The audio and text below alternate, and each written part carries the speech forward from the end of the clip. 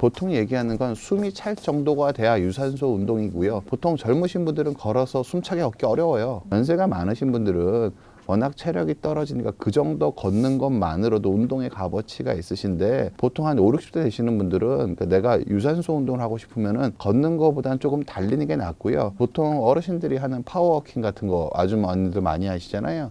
그렇게 상체에 힘을 못 들고 팔을 이렇게 치면 허리가 비틀비틀 하겠죠. 허리 빨리 망가져요, 그냥 그렇게 하시면. 안녕하세요. 영등포 세길병원에서 척추 치료를 주로 하고 있는 정형외과 전문의 이대영입니다. 유산소 운동, 근력 운동만 있는 거고요. 나머지는 운동 자체로서의 효과를 특별히 노동이에요. 그냥 숨이 안 차고 우리가 근육도 안 땡기고 하는 활동, 우리가 뭐라 그래요? 대부분 노동이잖아요. 그게 노동이고, 그러니까 쓰는 양이 많으면 결국 마모가 많아져요, 결국은. 그래서 건강상에 꼭 좋지가 않습니다. 그러니까 보통 걷기를 많이 하라는 게, 노인분들한테 유산소 운동의 약한 버전, 체력이 너무 떨어져 있는 분들은 달리기도 못하고 그런 것도 못하니까 유산소 운동의 약한 버전으로서 걷기를 제안드린 거예요. 집에서 누워있지만 말고 걸어라는 의미인 거지, 어느 정도 건강한 사람이 건강한 관리를 위해서는 유산소 운동을 해줘야 되는 거지, 그냥 숨 하나도 안 차게 걷는 건 건강상에 별 이점이 없어요. 하고 특별히 좋아지는 거 모르실걸요? 근데 이걸 달리기를, 유산소 운동을 일주일에 2~3번씩 해보세요. 체력이 좋아지는 걸 느껴요. 근력 운동을 일주일에 3~4번씩 해보세요. 근력이 좋아지는 걸, 자존감이 올라가는 걸 느낀다고요. 근데 그냥 걷기만 하면은 아무 느낌이 안 나요. 그냥 좋은 거니까 하는 건데 실제로 좋아지는 게 없는 겁니다. 그러니까 결국 쓰는 양이 많아지면 그런 것들이 쌓여서 관절에 무리를 주는 거고요. 그리고 어르신들 걸으실 때 보면 허리를 좀 숙이면서 몸을 이렇게 약간 기우뚱하시면 걸으시면 되게 많거든요. 그럼 그거 다 망가지는 거예요. 허리를 똑바로 피고 걸으면은 척추는 그대로 있고 이렇게 움직여요. 그러면은 무릎의 완충이랑 발목의 완충을 쓰고 허리 커브가 안 꺾여요. 근데 숙이고 걸어보세요. 쿵쿵쿵 허리 꺾으려고 할 거 아니에요. 자꾸 꺾이면 어떻게 되겠어요? 물방울도 계속 떨어지면은 바위에 빵꾸를 내요. 계속 숙이고 계속 걸으면 허리가 계속 망가질 수 있는 행동을 하는 거라고요. 자세가 좋은 상태에서 정확하게 유산소 운동을 하시는 게 건강에 제일 좋고요. 보통 어르신들, 연세 많으신 분들 보면은 이게 잘 안 걸어지니까 걷는 연습을 해요. 그래서는 해결이 안 돼요. 똑바로 쓰는 게 안 돼서 못 걷게 되시는 거거든요. 그러니까 못 걷게 된 상태에서는 다시 어렸을 때, 아기 때처럼 숨쉬기 훈련 꾸준히 하시고, 똑바로 쓰는 훈련 꾸준히 하시고, 그 상태에서 체중 이동 연습 살살 하시고, 그러면서 이게 서서히 빨라져서 바른 자세를 확립한 다음에 바른 자세에서 서서히 속도를 올려서 빨리 걸으셔야 되는데, 어르신들 보면 일단 내가 원하는 속도로 계속 걷는 연습을 하세요. 그럼 이게 해결이 안 돼요. 자꾸 다리를 절고 허리를 숙이고 그런 상태에서 걸어지시거든요. 그래서 보통은 원래대로 얘기하는 걷기는 그런 의미가 맞아요. 원래 걷기는 연세가 너무 높으신 분들이 너무 안 쓰는 걸 방어하기 위해서 아무것도 안 하는 것보단 걷기가 좋은 게 맞는데요. 건강한 40, 50대 큰 문제가 없으신 분들은 걷기보단 조깅이 훨씬 더 좋은 운동이고요. 수영이나 사이클 같은 걸로 유산소 운동하는 습관을 가지셔야 돼요. 유산소 운동을 꾸준히 해야지 심폐지구력이 늘고 근지구력이 는다고요. 근력 운동이든 유산소 운동이든 되게 해야지 운동이 되는 거지, 그냥 걷기 자체에 목적이 있는 게 아니다. 저는 그렇게 말씀드리고 싶어요. 그거는 좀 그렇게 여러분들이 이해하시는 게 좋지 않을까. 저는 건강상 관리 되게 중요하다고 생각을 합니다. 그리고 제가 걷기보다는 다른 운동을 더 추천한 이유가, 숨차게 걸으려면 되게 힘들어요. 꽤 빨리 걸어야 된다고요. 그렇게 걸으려면 대부분의 아주 많은 분들이 몸에 무리가 오기 때문에 그렇게 못 걷는 거거든요. 걸으시는 분들이 스스로 알아요.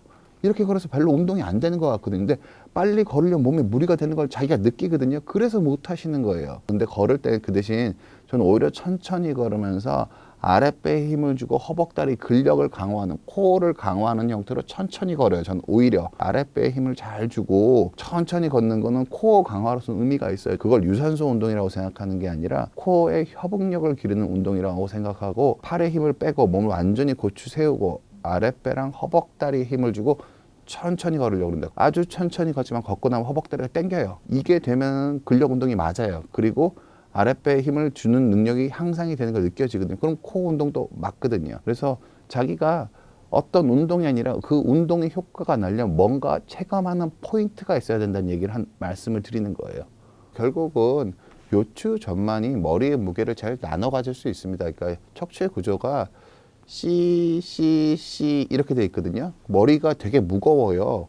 머리의 무게를 안정적으로 척추 전체가 안정적으로 나눠 가지면은 좋은 자세예요. 그냥 단순해요. 그냥 C가 이렇게 세 개가 있는데 가장 안정적으로 하려면 어떻게 해서 똑바로 있으면 돼요. 똑바로 있으면 되는 거고, 이게 허리만 피는 게 아니라 등까지 같이 펴져 있어야 돼요. 이게 되면 제일 좋은 거고, 근데 그걸 하려면은 아랫배에 힘이 안 들어가 있으시면은 그 자세 유지가 안 돼요. 아까도 말씀드렸지만 팔에 힘을 써서 자세를 피는 건 소용이 없어요. 왜냐하면 팔을 쓰는 순간 무너져요. 팔에 힘을 가지고 자세를 폈는데 팔을 쓰면은 자세가 유지가 안 될 거 아니에요. 팔을 안 쓰고 팔에 힘을 완전히 뺀 상태에서 아랫배에 힘을 줘서 꼿꼿이 쓰는 것 자체를 다른 데 근육에 긴장이 풀려 있어야 돼요. 보통 제가 아랫배라고 말하는데 아랫배가 코어를 얘기하는 건데 호흡근이거든요. 아랫배에만 집중하고 나머지는 이완을 해서 자세가 코어만 가지고 딱 유지가 되면 이게 되게 편안한 자세입니다. 실제로 코어에 힘을 잘 주면은 코어가 등뼈, 척추뼈 사이의 근육도 의미하는 거기 때문에 여기까지 힘이 들어가요. 등까지 다 펴집니다. 그냥 팔에 힘을 쓰지 않고 아랫배에만 힘을 잡고 팔에 힘이 빠져서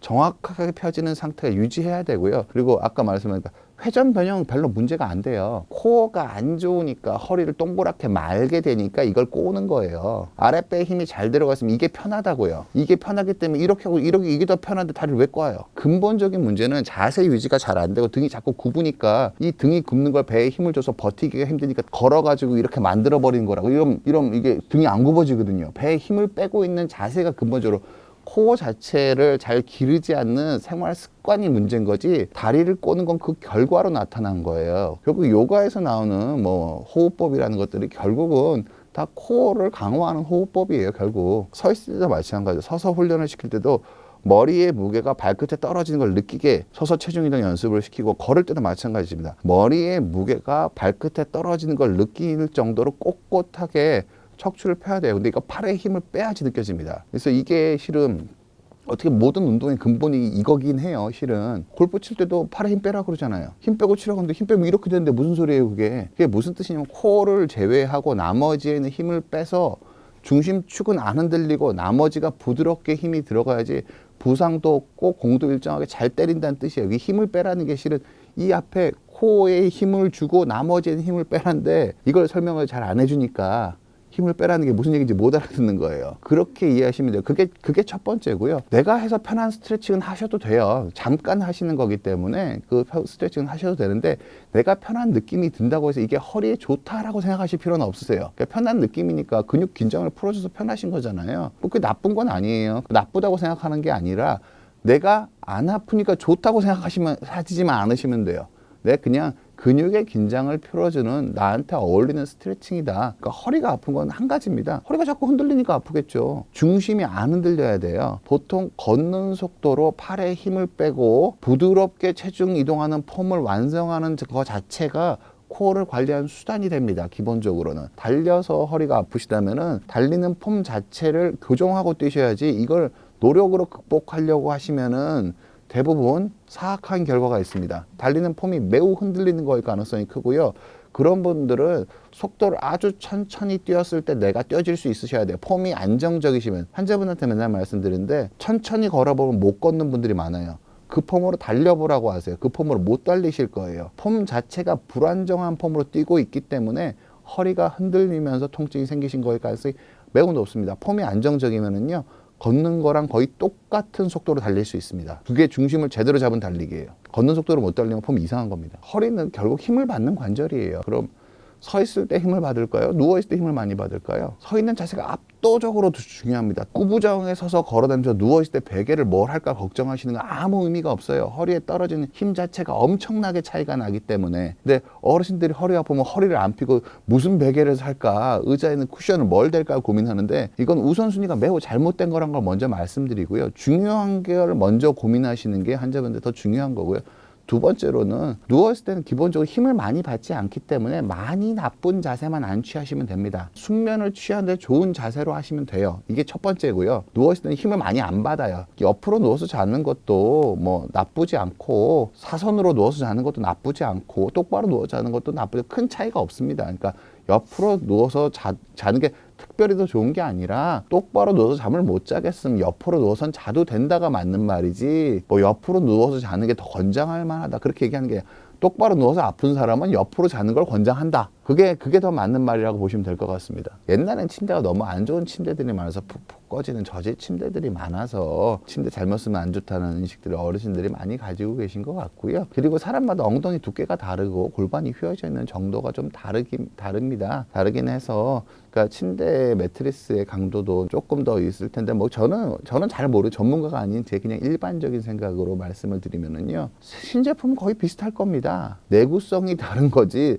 쓰다 보면 꺼지는 정도가 다른 거지. 저는 비싸고 내구성이 좋은 첨단 합금으로 된 첨단 재질로 쓰인 매트리스보다는 그냥 어느 정도 내구성을 가진 걸 자주 바꿔주시는 게 훨씬 더 건강에 좋을 거라고 생각을 하고요. 사람마다 엉덩이가 튀어나온 정도가 다르고 체중이 다르니까 뭐 조금 내가 좀 더 편하게 느끼는 침대는 있을 수 있다고 생각을 합니다. 근데 연세 드신 분들 보면은 참 못 주무신 분들 되게 많은데 너무 심하게 꺼지지만 않는다면은 뭐 돌침대든 어떤 침대든 내가 잠이 잘 오는 침대가 중요하지. 잠 못 자는 것, 수면 못 자는 것도 수명이 되게 연관이 많기 때문에 허리 차이가 아주 미미한 차이를 그렇게 크게 생각하실 필요는 없지 않나. 저는 그렇게 생각합니다. 진짜로 허리가 많이 불편하신 분들은요. 그러니까 저 환자한테 뭐라고 설명? 아침에 아픈 건 코어가 부족하다. 아침에 오랫동안 넣으면 근육에 힘이 풀려서 코어가 부족하신 분들은 이걸 원통을 한꺼번에 못 씁니다. 그래서 아침에 잘 일어나지를 못하고 몸이 좀 풀리면 허리를 좀 덜 아파서요. 이런 분들은 코어가 부족한 분이라고 말씀을 드리고요. 낮에 활동할 때 아프다. 이건 구조적인 문제랑 관련이 많습니다. 하다 보면은 결국 뭐 근육의 피로가 약간 쌓였을 때 뭐 혈류가 잘 안 되거나 허리 자체에 불안정성나 허리가 아프기 때문에 구조적인 문제 때문에 아픈 건 주로 낮에 아프다고 말씀드리고요. 밤에 아픈 건 대부분 우울증이나 불안장애랑 좀 연관이 있는 경우가 많습니다. 보통 대부분의 경우 통증은 낮보다 더 줄어요. 낮보다 더 주는데 다른 활동을 안 하니까 주변이 조용해지니까 그게 아픈 거고, 이 아픈 게 잠을 못 자는 원인으로 다가오니까 점점 더 예민해지는 경향이 많으신 거거든요.